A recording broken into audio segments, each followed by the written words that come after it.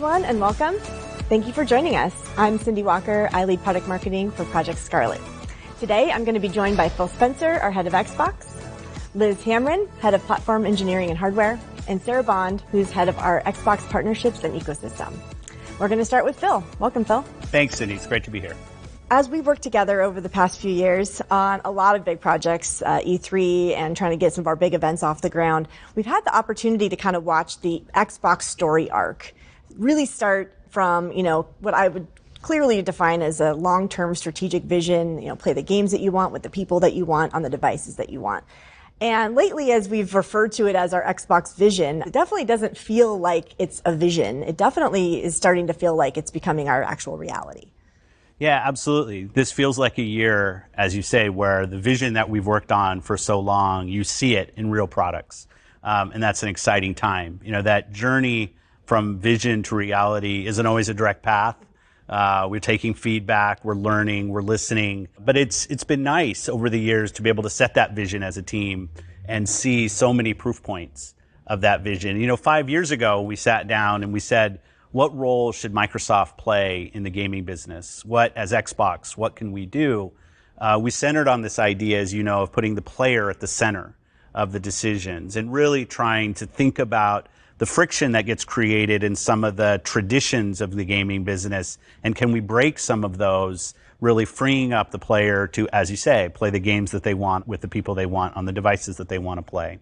For us to deliver on that vision, we knew there were 4 real important areas for us to go and invest. One of those was obviously content. People want great games. We've made an incredible investment in Xbox Game Studios over the years, and it's really great to see the output that those studios have today. Our partnership with the Microsoft Cloud, allowing us to deliver great games to so many people in so many places. We're starting that this year with the launch of xCloud, which will really bring gaming to more people.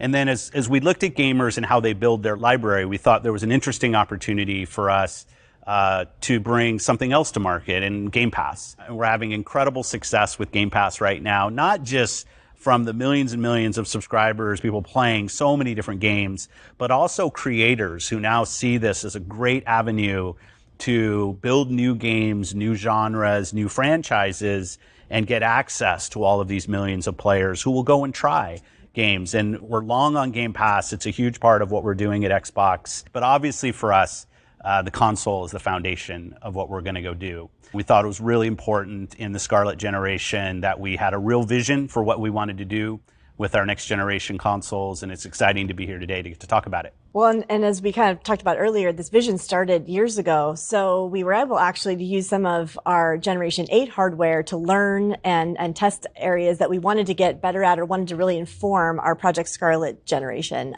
Tell us a little bit about some of those decisions. Yeah, I sometimes get asked about, this year where people are seeing the work that we've put in over the years come together and, was it always the plan? And I chuckle a bit. It was always a plan.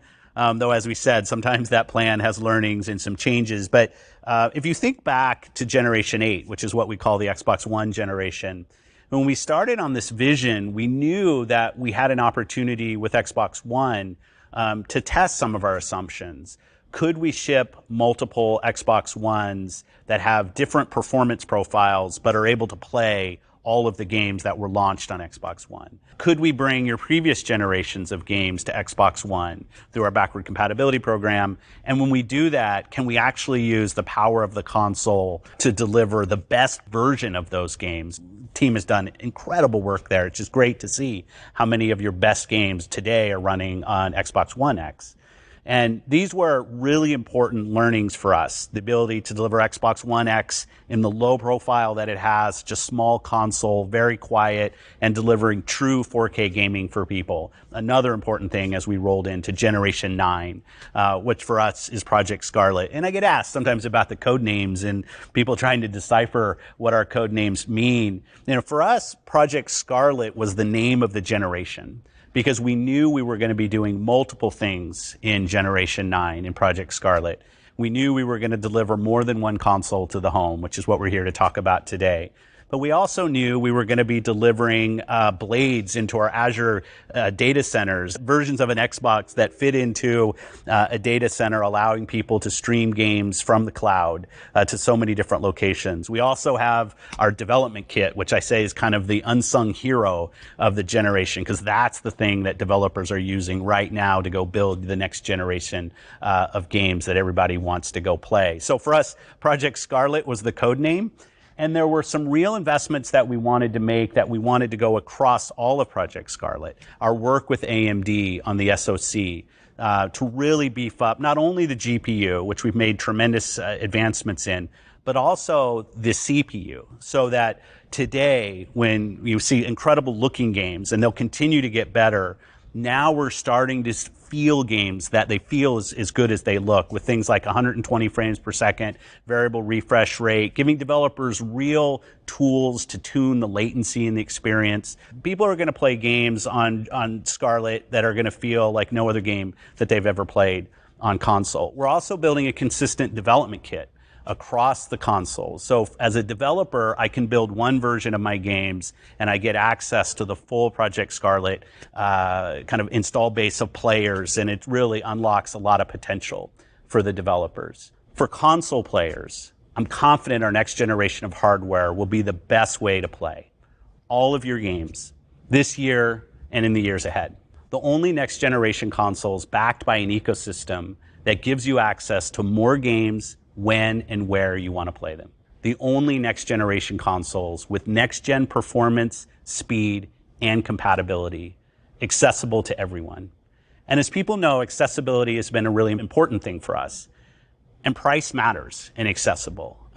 Price, form factor, all of these things were critical. So we've already talked about Xbox Series X, but people have been asking about Lockhart for a long time. It's kind of the worst kept secret in our portfolio. But to be here today and to get to talk about Lockhart, the smallest console we've ever built, frankly, and still has all of the same compatibility and design goals that we set about from the beginning of Project Scarlet. And I can't wait for everybody to get to experience what this is about.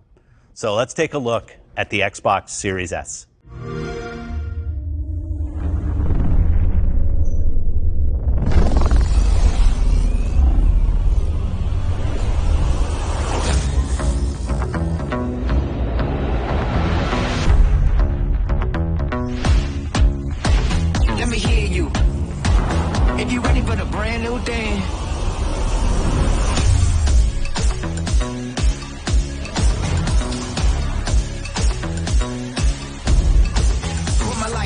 Yeah, I'm on one. Went from broke to having everything I wish, huh? We ain't slowing up, this a light speed. A lot of y'all ran out of gas trying to catch me. Dang, it's a new thing, man, it's a new dream. Can't nobody stop me, fake kinda obscene. Man, I'm trying to plant a money tree in the concrete. Yeah, this a do it till I die kind of vibe. I don't see myself, I just do it for the tribe. I can see me ever giving